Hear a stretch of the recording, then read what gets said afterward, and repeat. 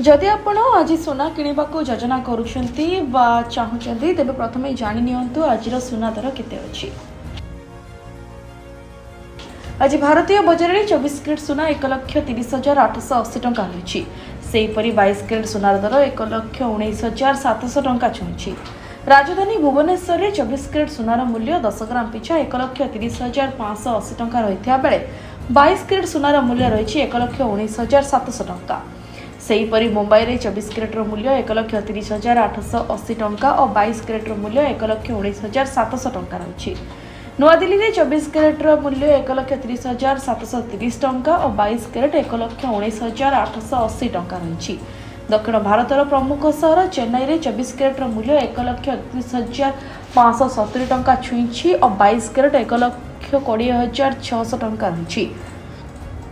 पूर्व भारतर प्रमुख सहर कोलकाता में यथाक्रमे 1,30,580 और 1,19,700 टंका रही।